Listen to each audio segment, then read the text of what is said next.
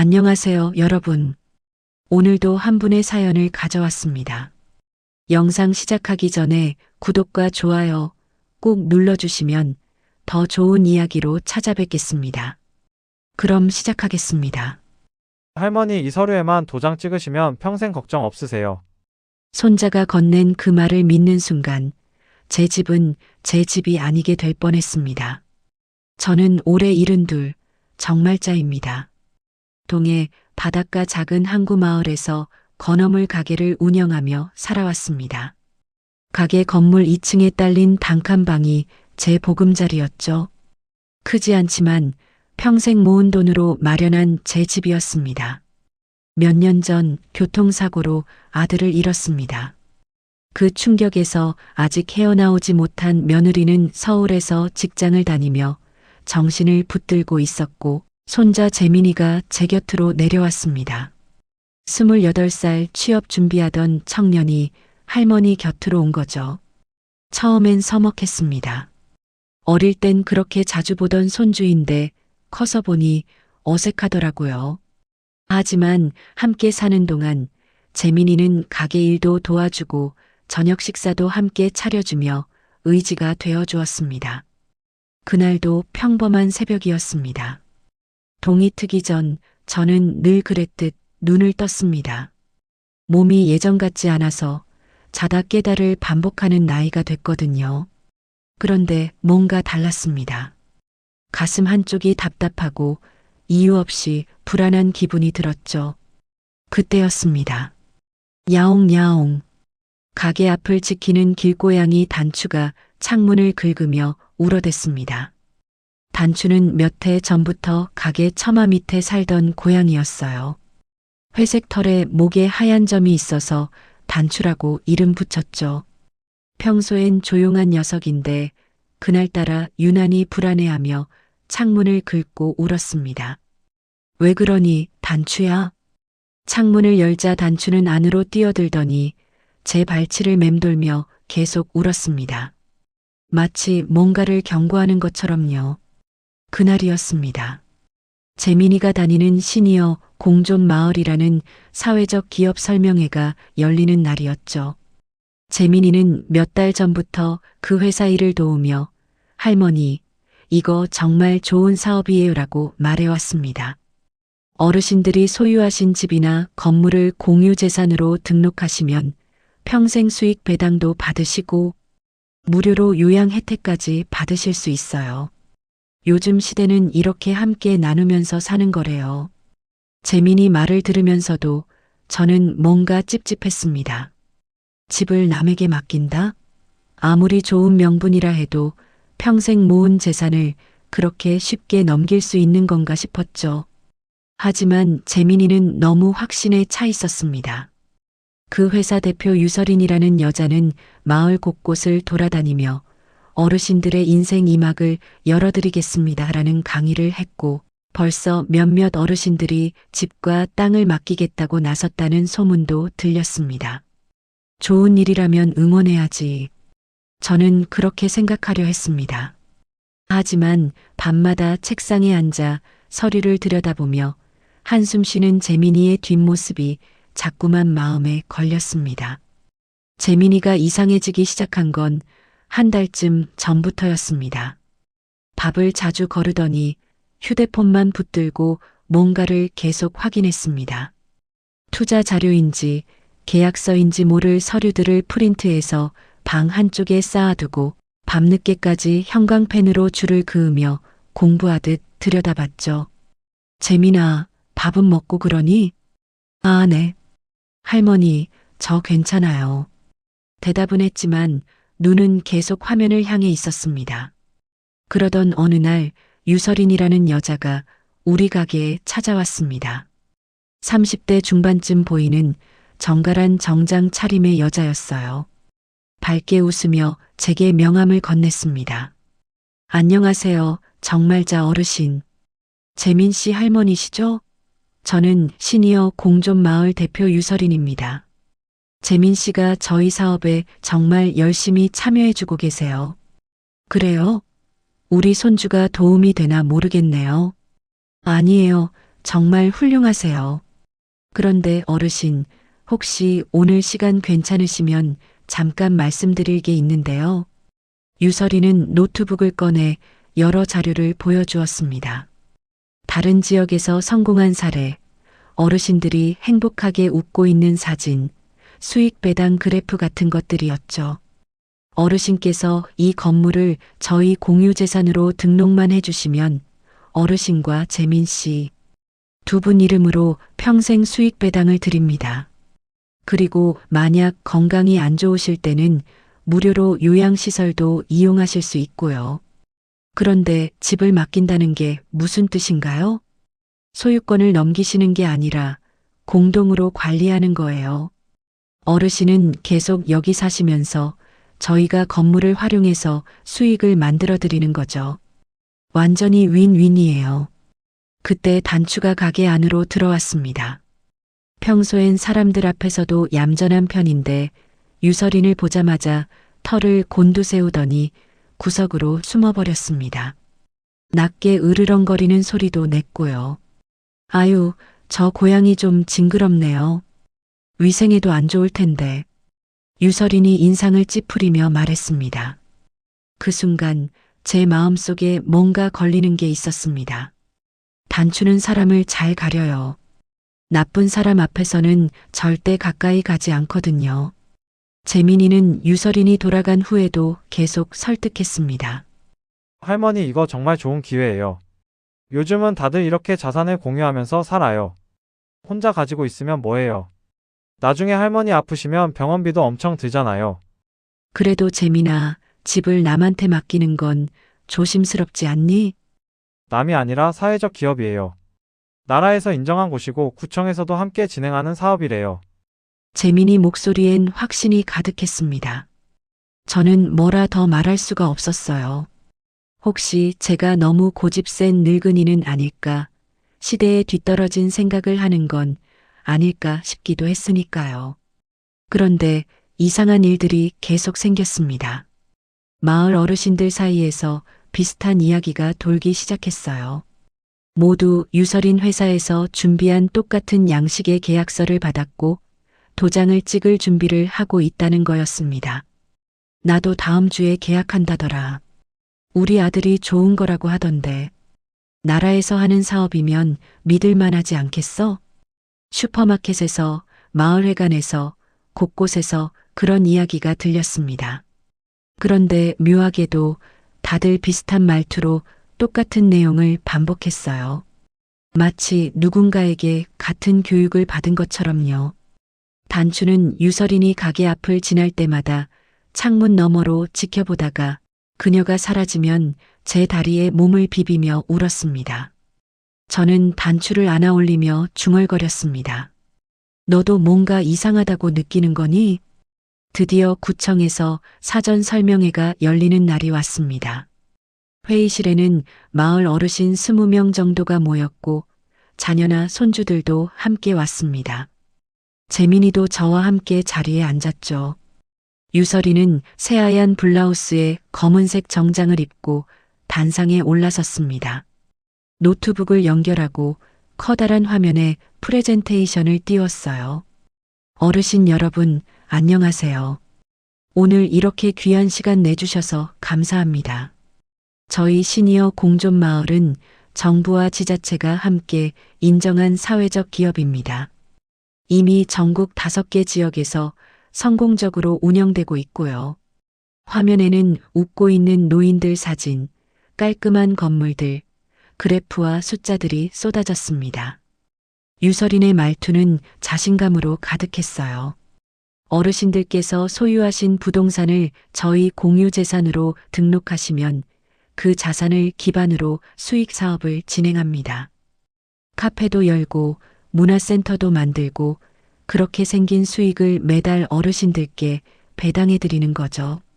그리고 혹시 건강이 안 좋으실 때는 저희가 운영하는 요양시설을 평생 무료로 이용하실 수 있습니다. 어르신들 사이에서 웅성거림이 일었습니다. 그럼 우리가 계속 집에서 살 수 있는 거야? 물론입니다. 소유권을 빼앗는 게 절대 아닙니다. 공동으로 관리하는 거예요. 설명회가 끝난 후 유설이는 재민이를 따로 불러 복도로 나갔습니다. 저는 화장실에 갔다가 돌아오는 길에 우연히 그들의 대화를 들었습니다. 재민 씨, 청년 파트너는 자격심사가 따로 있어요. 그러니까 이 내용은 다른 사람들한테 말하지 마세요. 비밀 유지 서약도 해야 하고요. 아, 네. 알겠습니다. 할머니 건물만 잘 정리되면 재민 씨는 저희 회사 정직원으로 들어올 수 있어요. 월급도 꽤 괜찮고요. 재민이 얼굴이 환해지는 게 보였습니다. 저는 그 모습을 보며 가슴이 철렁 내려앉았습니다. 집에 돌아와 설명회에서 받은 안내 책자를 읽었습니다. 앞부분은 화려한 사진과 좋은 말들로 가득했어요. 그런데 맨 뒤 작은 글씨로 된 부분을 읽다가 저는 숨이 멎는 줄 알았습니다. 담보 제공 시 사업 운영상 필요에 따라 소유권 이전 가능. 이게 무슨 뜻인가요? 공유 재산이라며? 소유권은 그대로라며? 저는 그날 밤 한숨도 자지 못했습니다. 재민이는 방에서 전화 통화를 하고 있었어요. 유설인과 통화하는 것 같았습니다. 네, 할머니는 제가 잘 설득할게요. 걱정 마세요. 그 말을 듣는 순간 저는 뭔가 잘못됐다는 확신이 들었습니다. 다음 날 재민이가 샤워하러 간 사이 저는 재민이 방 책상 서랍을 열어봤습니다. 평소엔 절대 하지 않을 일이었지만 그날은 뭔가에 이끌리듯 서랍을 열었어요. 그리고 그 안에서 발견했습니다. 이미 재민이 이름으로 작성된 위임장 초안이 있었습니다. 그리고 제 인감도장을 복사해 놓은 종이도 있었고요. 서류 뭉치 속에는 제 개인정보가 적힌 서류들, 건물 등기부등본 사본, 그리고 유설인 회사에서 준 체크리스트 같은 것도 있었습니다. 그때 단추가 방 안으로 들어왔습니다. 서랍 아래쪽을 파고들더니 구겨진 영수증 뭉치를 끄집어냈어요. 저는 그걸 펼쳐봤습니다.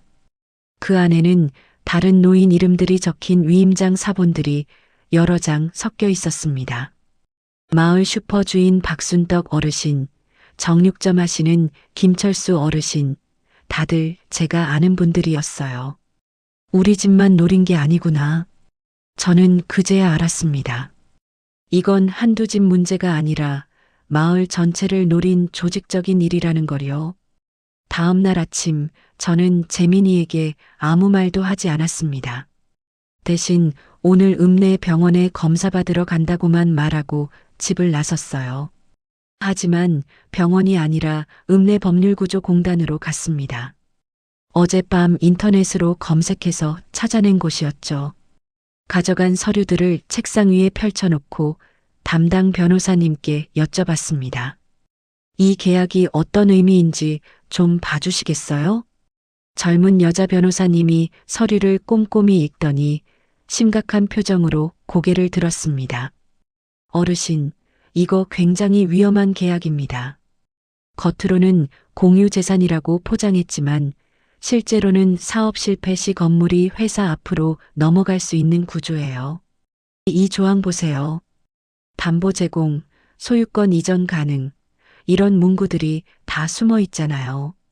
그럼 제 집을 빼앗길 수도 있다는 말씀인가요? 네. 그리고 이미 다른 지역에서 비슷한 피해 사례가 있었어요. 작년에 충남 쪽에서요. 노인분들이 집을 맡겼다가 회사가 그걸 담보로 대출을 받고 도주한 사건이 있었습니다. 저는 온몸에 소름이 돋았습니다. 지금이라도 계약 안 하면 괜찮은 건가요? 당연하죠. 절대 도장 찍으시면 안 됩니다. 그리고 이 서류들 원본은 어르신이 잘 보관하시고 사진도 찍어두세요. 혹시 모르니 구청 민원실에도 이 사업에 대해 문의 넣으시는 게 좋겠어요. 집으로 돌아오는 버스 안에서 저는 서류들을 사진으로 찍어 휴대폰에 저장했습니다. 그리고 원본은 가게 천장 다락에 숨겨뒀어요. 재민이가 절대 찾을 수 없는 곳에요. 그리고 구청 민원실에 전화를 걸었습니다. 시니어 공존 마을이라는 회사가 우리 마을에서 사업을 진행하고 있는데 이 회사가 정말 믿을 만한 곳인지 확인해 주실 수 있나요? 네, 접수하겠습니다. 사업자 등록번호 알려주시겠어요? 저는 안내 책자 하단에 작은 글씨로 적힌 번호를 불러줬습니다. 이틀 후 마을 장터에서 장을 보다가 옆 마을 어르신을 만났습니다. 말자씨, 오랜만이네.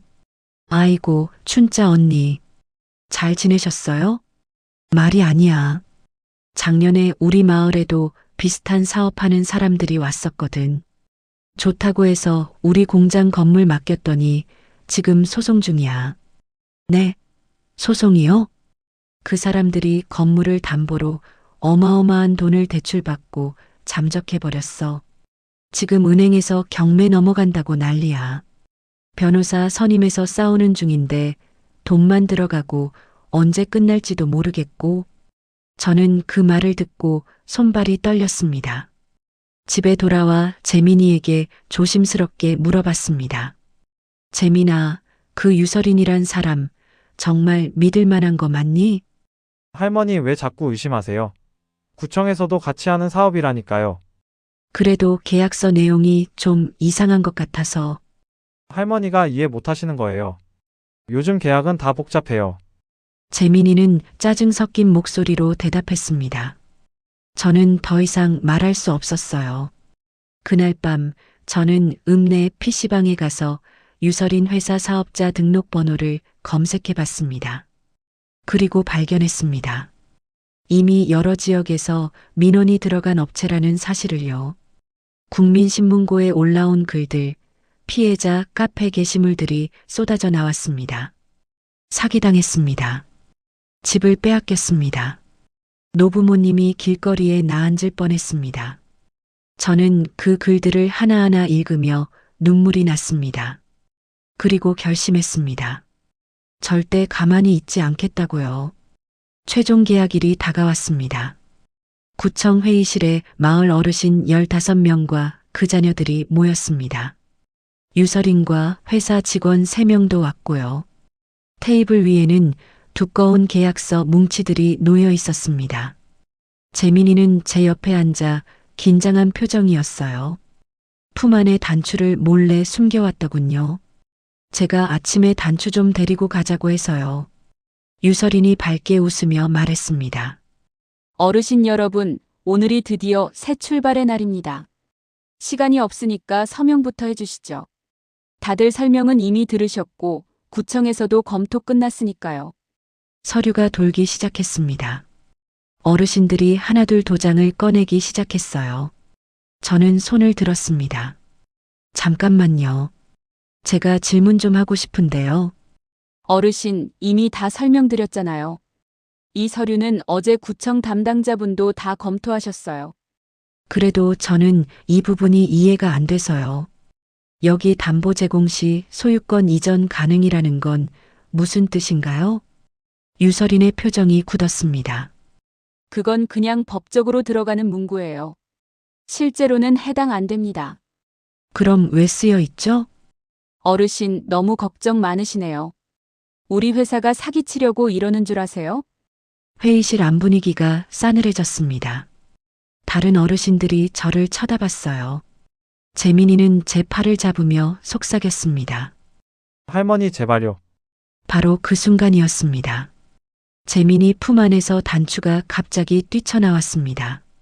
테이블 위로 뛰어올라 유설인이 들고 있던 서류철을 발로 확 밀어버렸어요. 두꺼운 서류철이 바닥에 떨어지며 종이들이 사방으로 흩어졌습니다. 이런 더러운 고양이. 유설인이 소리쳤지만 단추는 멈추지 않았습니다. 노란 포스트잇이 붙은 종이들을 앞발로 헤집고 파일 사이에 끼워진 서류들을 꺼내 던졌습니다. 저는 바닥에 떨어진 서류들을 주워들었습니다. 그리고 숨이 멎었습니다. 거기엔 제 가게 주소뿐 아니라 옆 슈퍼, 정육점, 세탁소, 마을회관 옆 건물까지 마을 주요 건물 15곳의 주소가 적힌 근저당, 설정, 계약서들이 한꺼번에 섞여 있었습니다. 이게 뭡니까? 제가 서류를 들고 소리쳤습니다. 어르신들 건물을 근저당 잡으려는 서류 아닙니까? 유설인이 당황한 표정으로 다가왔습니다. 그건 오해예요. 그건 다른 서류가 섞인 거고. 그때 회의실 문이 열리며 구청 공무원이 들어왔습니다. 며칠 전 제가 민원 넣었던 담당자였어요. 유설인 대표님, 잠깐 말씀 좀 나눠야. 귀사사업자 등록을 재확인하던 중에 타 지자체에서 주의업체로 등록된 기록을 발견했습니다. 이거 어떻게 된 건가요? 회의실이 술렁였습니다. 어르신들이 웅성거리기 시작했고 유설인의 얼굴이 새하얗게 변했습니다. 그건 오해가 있어서. 오해로 치부하기엔 피해 사례가 너무 많네요. 충남, 전북, 경남 세 곳에서 이미 비슷한 방식으로 피해가 발생했고 현재 수사 중인 사건이 2건이나 있습니다. 바로 그때 회의실 밖에서 인기척이 들렸습니다. 법률구조공단 변호사님이 시군 합동조사팀 그리고 경찰과 함께 들어왔습니다. 피해 신고받고 왔습니다. 현장 조사 시작하겠습니다. 유설인과 직원들은 자리에서 일어나려 했지만 경찰이 출입구를 막아섰습니다. 서류들이 압수되고 어르신들은 자초지종을 설명하기 시작했습니다. 재민이는 제 옆에 멍하니 앉아 있었습니다. 믿을 수 없다는 표정으로 유설인을 바라봤어요. 저는 재민이 손을 잡았습니다. 괜찮아, 재민아. 우리 집은 지켰어. 재민이는 그제야 눈물을 흘렸습니다. 할머니, 죄송해요. 제가 정말 바보였어요. 저는 재민이를 꼭 안아주었습니다. 그리고 바닥에 앉아 있는 단추를 안아 올렸어요. 단추는 제품에서 조용히 눈을 감으며 가르랑거렸습니다. 고마워, 단추야. 그 후 조사 결과 유설이는 여러 지방을 돌며 노인 소유 건물과 땅을 공유마을 명목으로 맡은 뒤 담보로 대출을 받아 횡령하려 했던 것으로 드러났습니다. 이미 다른 지역에서 피해를 본 노인분들이 10여 명이나 있었고 총 피해 금액만 수십억 원에 달했습니다. 다행히 저희 마을은 계약 직전에 일이 발각되는 바람에 실제 피해는 막을 수 있었습니다. 이미 피해를 본 다른 지역 어르신들과 함께 집단 소송과 형사 고발을 진행했고 유설인과 공범들은 재판을 받게 됐습니다. 재민이는 그 일 이후 완전히 달라졌습니다. 할머니 말을 좀 더 들을 거리라며 깊이 반성했고 청년 봉사단에 가입해 고령층 대상 사기 예방 영상을 제작하기 시작했어요. 저와 함께 마을을 다니며 카드 뉴스를 나눠주고 마을회관에서는 제가 어르신 재산 지키기 강연을 정기적으로 하게 됐습니다. 단추는 그 후로도 가게 앞을 지켰습니다. 몇 년을 더 함께 살다가 노령으로 조용히 세상을 떠났어요. 저는 가게 벽 한쪽에 단추 사진과 작은 액자를 걸었습니다. 우리 동네를 지킨 고양이라는 문구와 함께요. 요즘도 마을 아이들이 가게에 와서 묻습니다. 할머니, 저 고양이가 진짜로 동네를 구한 거예요? 그럼 저는 웃으며 대답합니다. 그래, 제일 작은 녀석이 제일 큰 일을 했단다. 여러분, 좋은 말로 접근하는 사기는 정말 조심해야 합니다. 특히 나라에서 인정한다. 정부 사업이다. 함께 나누며 산다 같은 그럴듯한 말들로 포장된 경우가 많아요. 계약서는 꼭 꼼꼼히 읽어보시고 이해가 안 되는 부분이 있으면 법률 전문가와 상담하세요. 그리고 무엇보다 여러분의 직감을 믿으세요. 뭔가 이상하다 싶으면 그게 맞을 확률이 높습니다. 작은 의심 하나가 큰 재산을 지킬 수 있어요. 오늘 이야기가 여러분께 조금이나마 도움이 됐으면 좋겠습니다. 구독과 좋아요, 알림 설정 꼭 부탁드리고요. 댓글로 여러분의 생각도 들려주세요. 여러분은 어떤 선택을 하시겠습니까? 그럴듯한 말을 믿으시겠습니까? 아니면 내 아내 경고음에 귀 기울이시겠습니까? 여러분의 이야기도 기다리고 있겠습니다. 다음 영상에서 또 뵙겠습니다. 감사합니다.